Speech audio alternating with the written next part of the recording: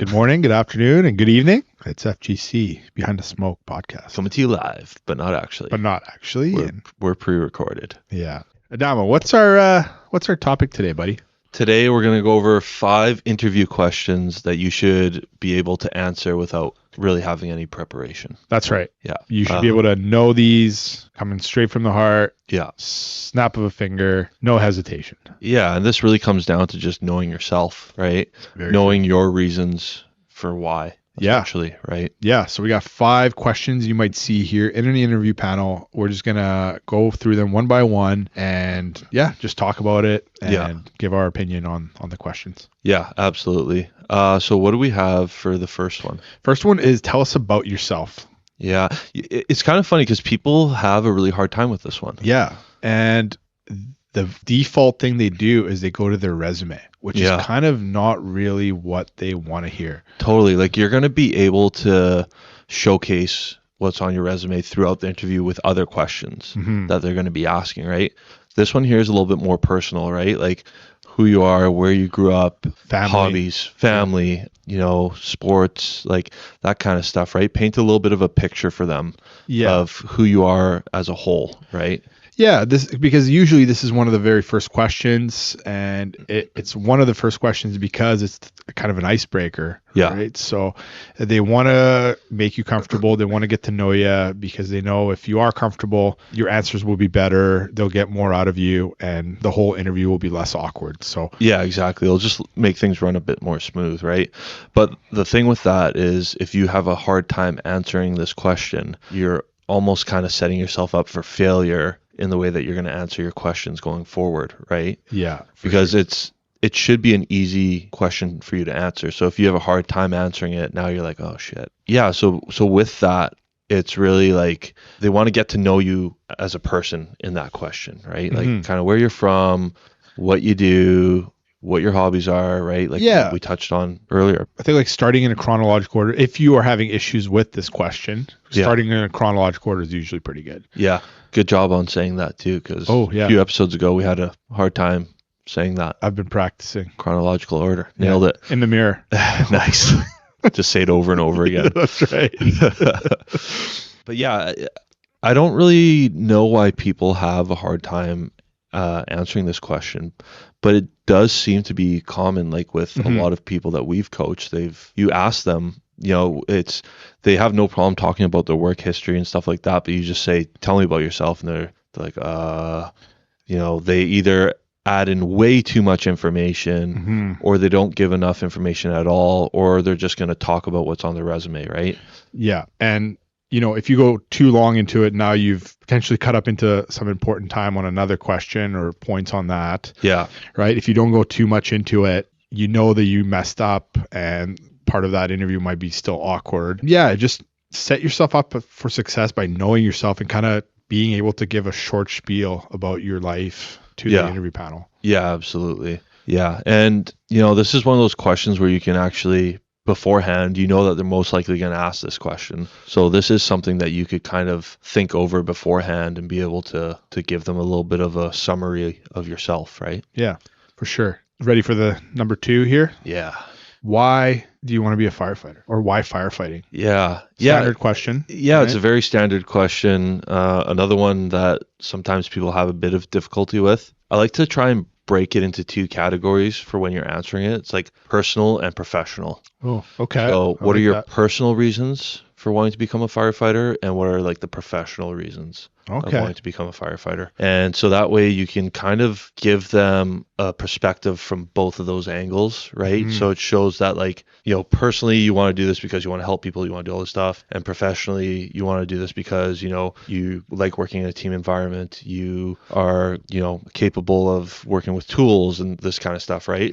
And then just kind of break it into those 2 parts, and then at the end have them kind of meet together. Right.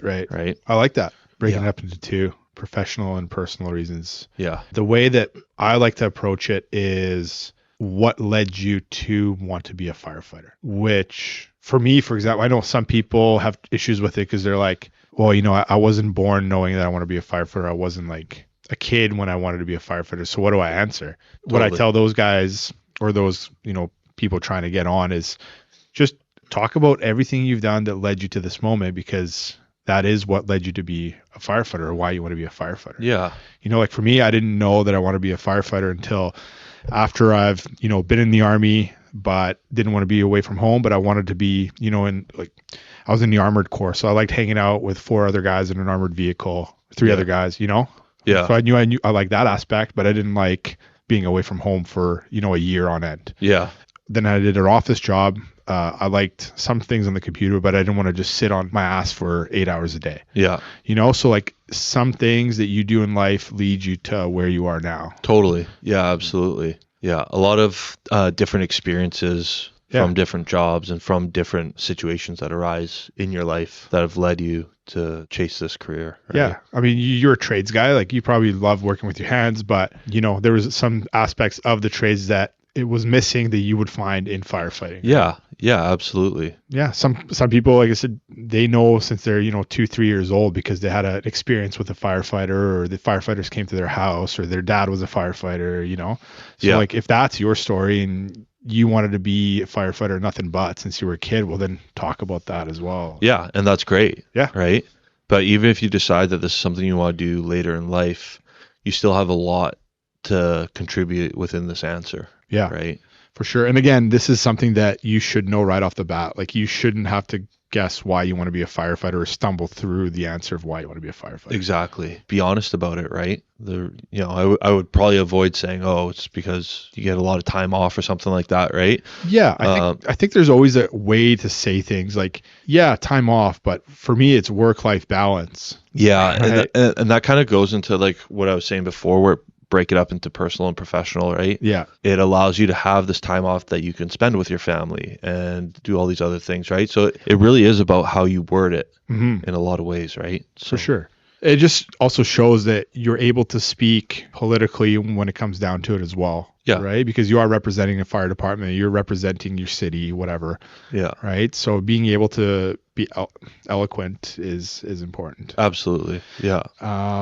And all of these, like I'm looking at all 5 of them right now. There's no right or wrong answer per se. Like it's all personal reasons. Tell us about yourself is a personal answer. Why firefighting is a personal answer. So yeah.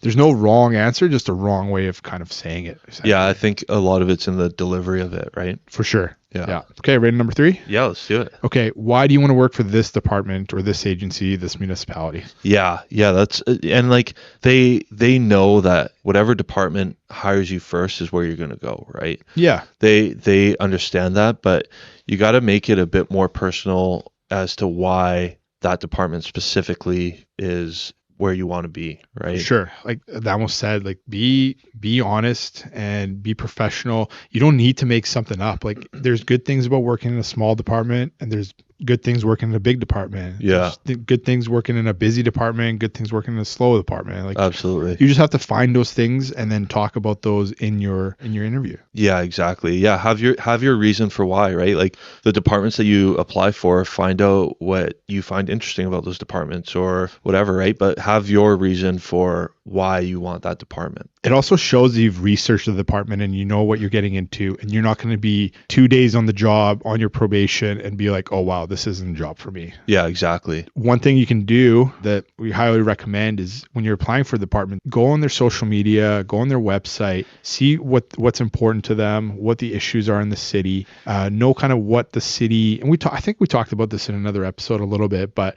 like maybe you like mountains and you like ropes and things like that. So maybe that department has that. So you like that. Yeah. Or maybe it's flat as a board city. It has agricultural stuff. So maybe it's like hazmat stuff you care about or, find interesting. Like find something in that city that you find interesting and talk about it. Yeah, exactly. And if you're applying for this job, it's because you obviously, you should have done some research as to what the job entails, and you're going to find something great about every department that you apply for. For sure. Right? So just speak to that. Yeah. If you don't, then you're the problem. Really. Yeah. Yeah, absolutely. It's true. Yeah. Right? Number 4, why should we hire you? This is my favorite one. This is an opportunity to kind of sell yourself a bit. Yeah. On this one, right? Talk about, the qualifications that you have, the stuff that you have on your resume, and how that fits into that department. Yeah, and how it differentiates you from other applicants. Like this isn't a time when you want to say you're a hard worker, you're punctual, and you want to serve the community, because that's literally going to be every applicant. Yeah.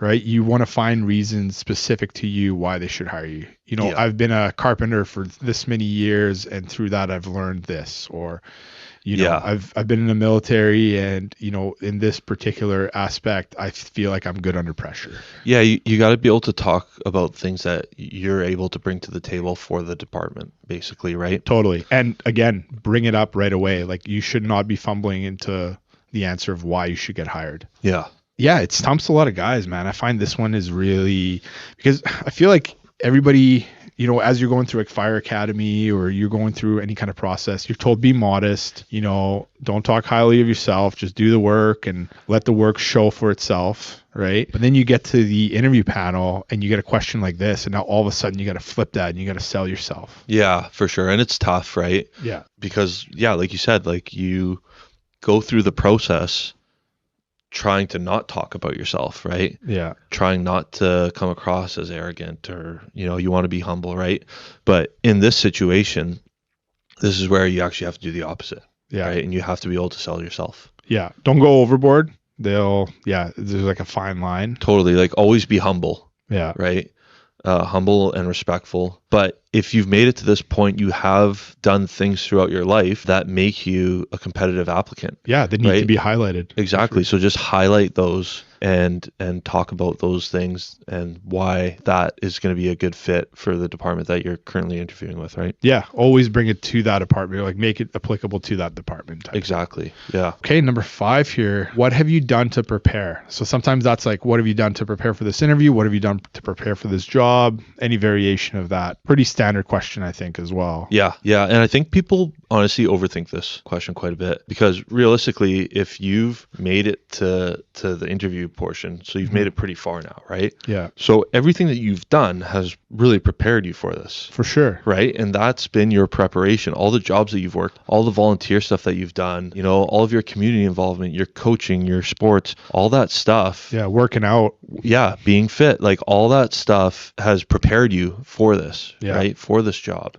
Experiences in your life, traveling, all that kind of stuff has all prepared you for this. For sure. And even like the stuff we talked about in the previous questions here, like researching the department, knowing why you want to be a firefighter, like that's all preparing you for the job. Yeah, exactly. And yeah, people just overthink it. And again, if you're stumbling through these, it's not the end of the world, but you know, the interview panel might be thinking like, are you here for the right reasons? Do you know what you're getting into? Yeah. Right. They might be getting a couple of red flags as to whether you're actually ready to get into this career. Totally.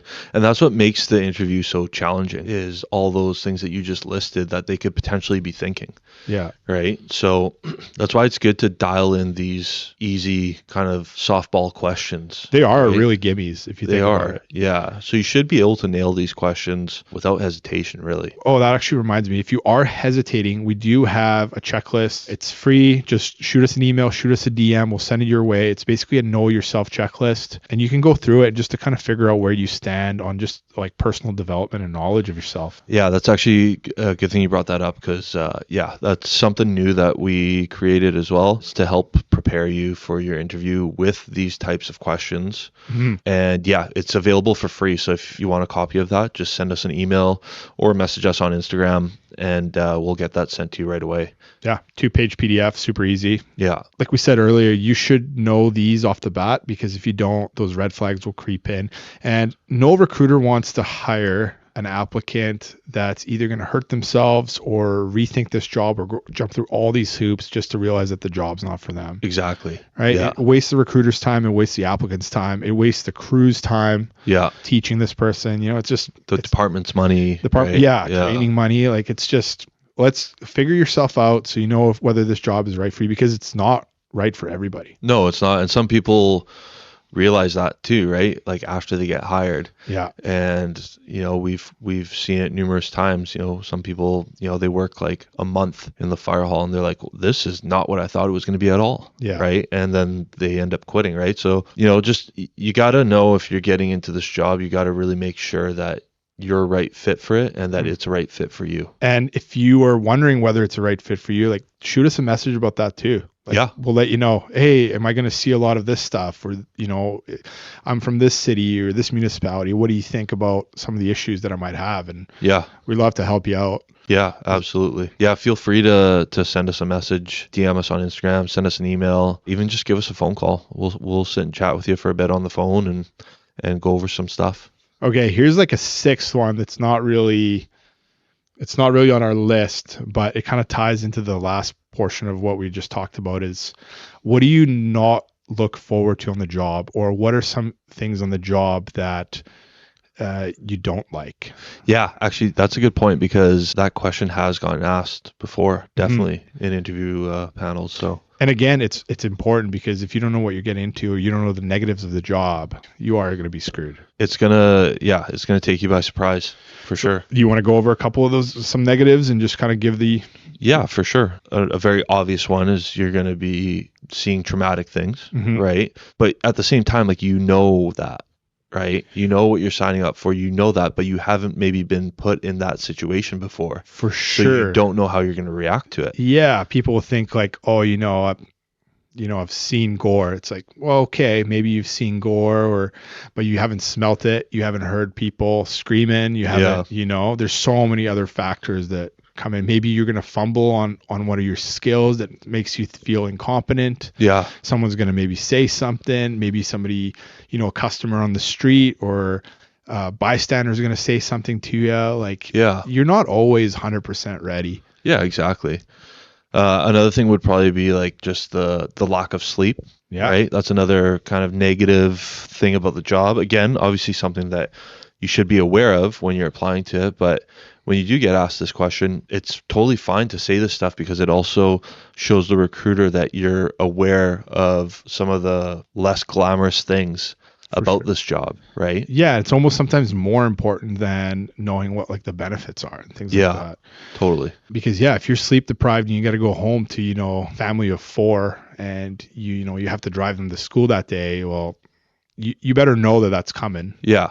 Yeah, exactly. It shouldn't be a surprise. Yeah. Right. You're going to function a lot more poorly when you're tired. You're going to be agitated, right? So you have to be able to balance your life outside of the job if you're not getting that sleep. Absolutely.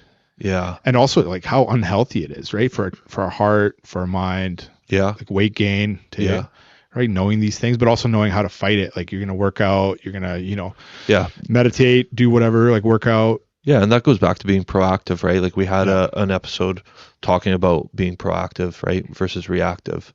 Yeah. So, but acknowledging that there is downsides to this job, when they ask you this question, it shows them that you do know what you're getting into and you're still pursuing it. That's right. Absolutely. Also, the job is killing us no matter what you say, all the benefits that we have. And like we're inhaling toxic fumes, things are dropping on us. Yeah. Higher risk of cancers. Yeah. Heart attacks. Yeah. Divorce rates. For sure. And again, like Adamo said, like it's okay to talk about these things because they want you to know what you're getting into. And if you still want to pursue it, it's like, wow, yeah, we want this person. Yeah. They get the downsides and they still want to do it. That's awesome. Yeah, exactly.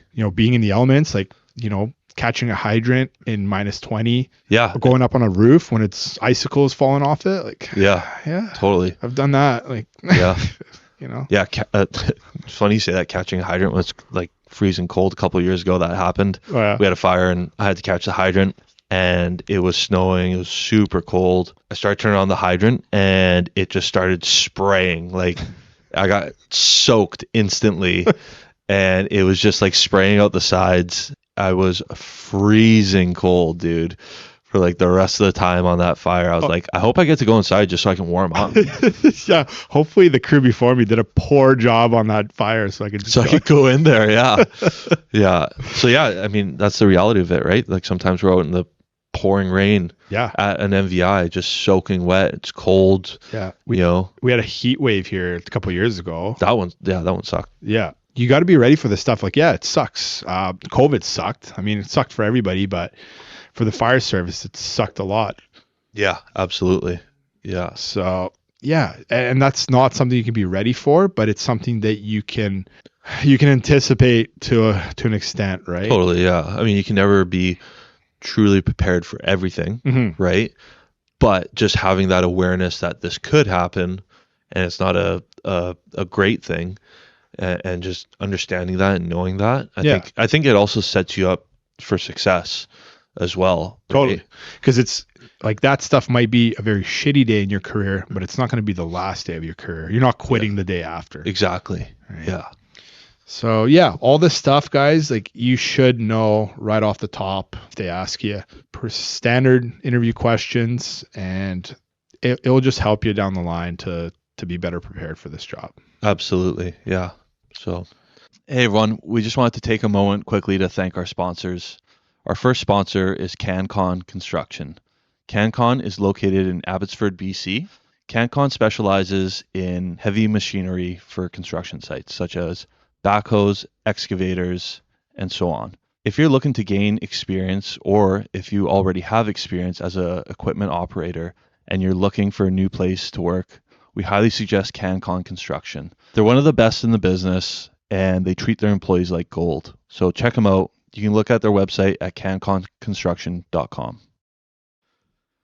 The next sponsor we'd like to thank is Strike Recovery and Performance. Strike is located in Burnaby, BC. They provide physio, chiropractor, and RMTs. I've been personally going to Strike for a few years now, so it's really awesome that they've decided to sponsor our podcast. I've gone to other chiros and physios before, and nothing compares to Strike. Their head chiropractor was actually a chiropractor for the UFC for quite a while, so they have a lot of experience dealing with professional athletes. And as firefighters, you have the potential of getting injured, and they're the people to go see. Anything else you want to add?